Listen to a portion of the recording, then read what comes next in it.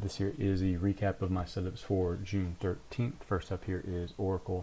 Orcl was a gap up, a gap and go type of play that failed to continue higher. Could have taken some profits off up here, but I got a little greedy on this one and rolled over and took me out for a small loss here. That is the only losing trade that I had today.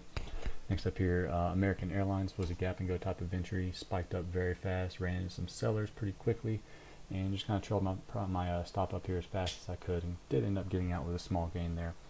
Next up here, Applied Materials, took 2 trades in it. First one was a gap and go, spiked up, hit some sellers really hard out there, and got out at 44.29.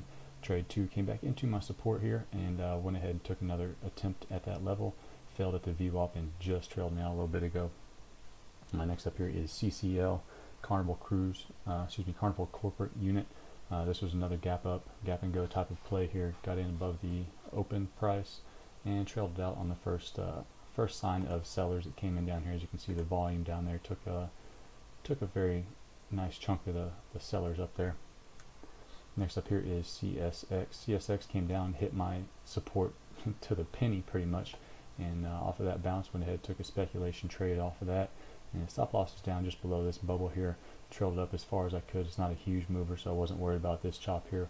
With a big green candle like this, once it closed, I was just assuming that it was going to continue higher after a little bit of a pullback here. The VWAP and my moving average did support price considerably up until I did trail out. Next up here is GLW Corning.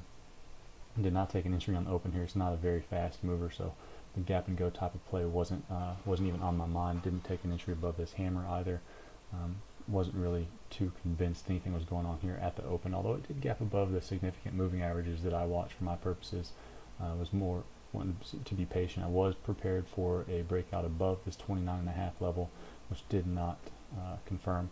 So I got in down here after this igniting bar took place, had a 5-minute gap up, which is a very bullish move in my opinion, and continued to run up, trailed me out once it failed below VWAP.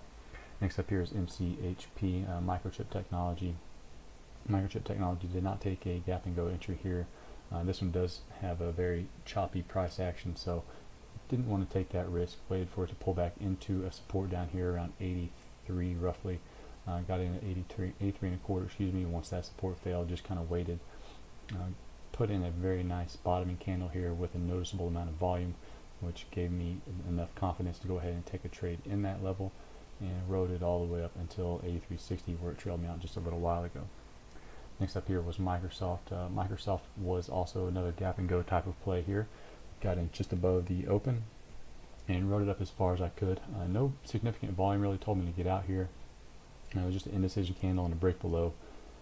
Probably could have held for a little bit longer, but hindsight is always right, so we'll see. Next up here was the Qs, Triple Q.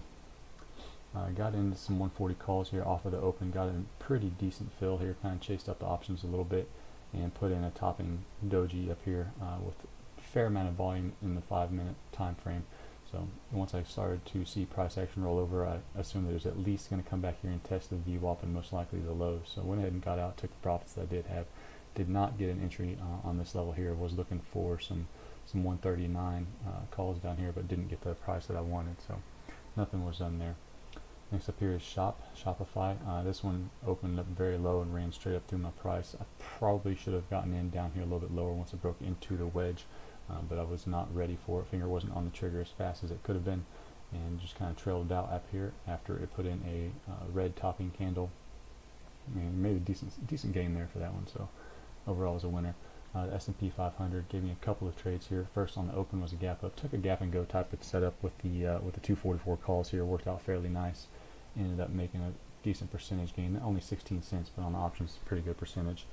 Came back down and tested close enough to the gap for me to go ahead and play off of this green candle here. And again, maybe another 15 cents right there. Next up here is WDC. Western Digital Corp was another gap and go play. Entry above the open. Ran up very quickly, very fast, and took me out once it failed below 90. Tried to get out closer to 90, but slippage got me down a little bit lower.